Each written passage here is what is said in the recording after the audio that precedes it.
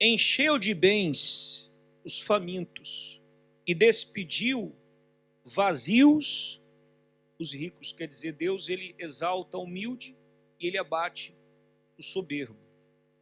Auxiliou a Israel, seu servo, recordando-se da sua misericórdia, como falou a nossos pais, para com Abraão e a sua posteridade para sempre. Então veja, olhe para mim, por favor. Maria, ela lembrou na oração da aliança que Deus havia feito com Abraão. Quando ela diz assim, recordou da sua misericórdia, é porque Deus lembrou da aliança que ele havia feito com Abraão, quando ele enviou o seu filho, porque Maria estava grávida de quem? Do Senhor Jesus, e o Senhor Jesus era o cumprimento desta aliança. Percebeu sim ou não? O Senhor Jesus era o cumprimento desse pacto que Deus havia feito com quem? E por que Deus fez uma aliança com Abraão? Porque na sua geração, Abraão, ele foi considerado um homem justo, um homem fiel, um homem temente a quem? Mesmo quando Abraão não conhecia Deus, e Deus separou Abraão, Deus chamou Abraão, Deus falou com Abraão, Abraão não tinha conhecimento de Deus, você sabe disso? Abraão, ele aprendeu do seu pai a idolatria, porque o pai de Abraão era idólatra. Você deve ter visto isso na novela Gênesis. Quem assistiu a novela Gênesis? Não é assim? E você vê que Abraão aprendeu a idolatria do pai. Mas quando Deus chamou Abraão, ele creu na palavra de Deus, ele creu na voz de Deus. Ele creu na voz de Deus. E aí Deus manda que Abraão vá para uma terra distante, a terra de Canaã, uma terra que Abraão não conhecia, não sabia onde era.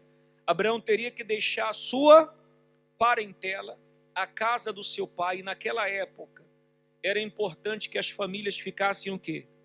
Unidas, porque era uma época muito difícil, de muitos conflitos, de muitas guerras, e uma família grande era sinônimo de mais segurança.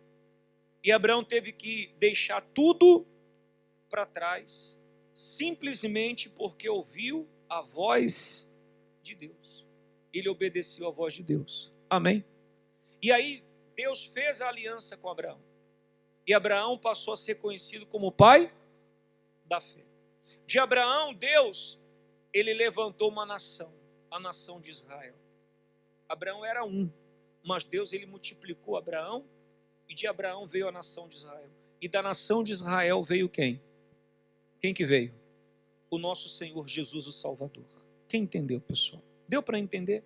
Pastor, mas o que isso tem a ver comigo? Tem tudo a ver conosco. Porque foi exatamente essa aliança que Deus fez com Abraão e posteriormente fez com o seu povo, através do Senhor Jesus, que hoje Deus quer fazer com quem? Com cada um de nós. Uma aliança com Deus implica em quê? O que uma aliança implica? Implica em sacrifício. Não é assim um casamento? O casamento é o quê? É um sacrifício. É o marido que sacrifica pela esposa, e a esposa em momentos bons, mas também em momentos o quê? Maus. Ou são só momentos bons o casamento? É marido e esposa. Deu para entender sim ou não? Então eu tive e tenho que ser fiel à minha esposa nos bons momentos e nos maus. É isso que é um casamento. É isso que é um casamento. E isso pede sacrifício. Sacrifício de ambas as partes. A mesma coisa é com Deus. A mesma coisa é com Deus. Entenda, olhe para mim, levante a cabeça agora, por favor. Será que Abraão só teve momentos bons? Será que Abraão só teve momentos bons com Deus? Ou ele passou por lutas? Ou ele passou por tribulações? Quantas lutas ele enfrentou? Deixou a casa do pai, foi para uma terra distante, sem nenhuma segurança. Passou por vários conflitos, mas em todo momento, Deus estava com quem? Com Abraão. Porque Abraão firmou uma aliança com Deus. Ouviu e obedeceu a voz de Deus. Porque a aliança com Deus implica em você obedecer a voz de Deus. Se você não obedece à voz de Deus, você não tem aliança com Deus. Deu para entender sim ou não? Veja o que o Senhor Jesus disse: aquele que quer vir após mim, negue-se o quê?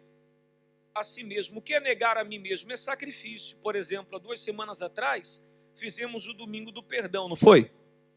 E quantas pessoas que não perdoaram e não querem perdoar por causa do seu eu? Não querem sacrificar o seu eu. Ah, eu não vou perdoar o fulano, não vou perdoar o ciclano, porque eu não vou perdoar. O orgulho, o eu dela.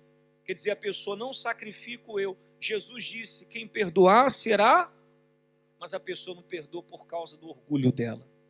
Ela não quer sacrificar o eu dela, então não tem aliança com Deus. Porque para você ter aliança com Deus, você vai ter que sacrificar o seu eu.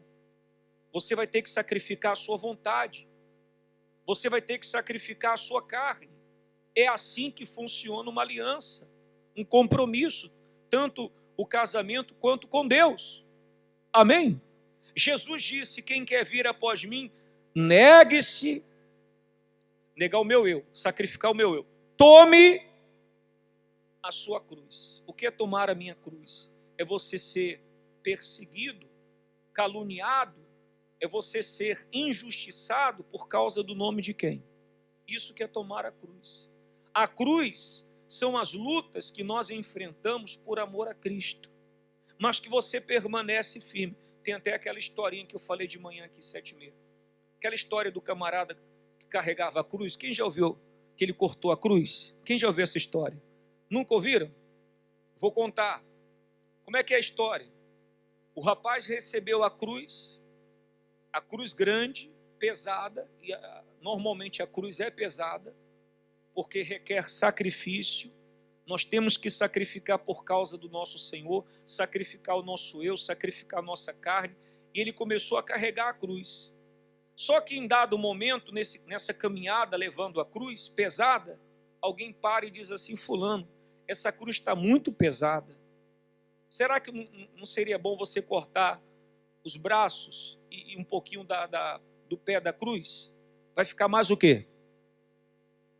Não são assim as pessoas que chegam para você e dizem assim, para que ir tantas vezes na igreja? Vai menos na igreja. Quer dizer, as pessoas que chegam até usadas pelo diabo para lançarem palavras de dúvida para você deixar de sacrificar para o seu Senhor. Porque vir na igreja, nós fazemos isso para quem? É a nossa oferta. Aí a pessoa fala assim, não precisa ir muito na igreja não. Tá bom. Aí a pessoa dá ouvidos e vai cortando o quê? A cruz. E a cruz vai diminuindo de tamanho. Vai ficando mais, era pesada, vai ficando mais leve. Aí lá na frente apareceu outro que disse assim, fulano, corta mais um pedacinho da cruz, a cruz está muito pesada. Não precisa você fazer tudo isso, Deus entende, Deus sabe, Deus entende, não precisa você sacrificar tanto por causa do Senhor Jesus. Aí a pessoa vai cortando mais da cruz. Chega uma hora que a cruz cabe aonde? No bolso. A cruz fica pequenininha. E aí começa a carregar a cruz com facilidade, né? Porque a cruz já está leve. Não é assim? Aí chega na hora que ele precisa da cruz para passar para o reino de Deus, porque entre ele e o reino de Deus estava um grande precipício. E quem veio com a cruz inteira, colocava a cruz e fazia o quê? Uma ponte. E passava de um lado, porque carregou o quê? A cruz. Pagou o preço, sacrificou, viveu a fé, obedeceu à voz de Deus, como foi o caso de Abraão. Não cortou a cruz. Então, na hora certa, a cruz serviu para que ele entrasse no reino de Deus. Já ele, a cruz já cabia no bolso, ficou o quê? Pequena. A cruz já não dava para ele fazer aquela ponte e passar de um lado para o outro. E ele perdeu a salvação. E é assim que acontece com muitos que dizem que creem em Deus, que frequentam a igreja, mas quando o Senhor Jesus voltar, ou essa pessoa morrer e for ter um encontro com Deus, ela não tem como ser salva, por quê? Porque a cruz dela está o quê? está pequena. Ela não pagou o preço, ela não sacrificou, ela não venceu a sua carne, não venceu o seu eu. Na hora da aflição, ela desistiu, ela desanimou. Mas a pessoa que carrega a cruz e vai até o quê? Essa pessoa é salva. Por isso que Jesus disse, negar a si mesmo, tomar o quê? A cruz e o quê? Seguir. Quer dizer, ir até o fim. A pessoa que não está disposta a fazer isso, a sacrificar, a pagar o preço, na hora que ela tiver de ser salva, ela vai perder a salvação.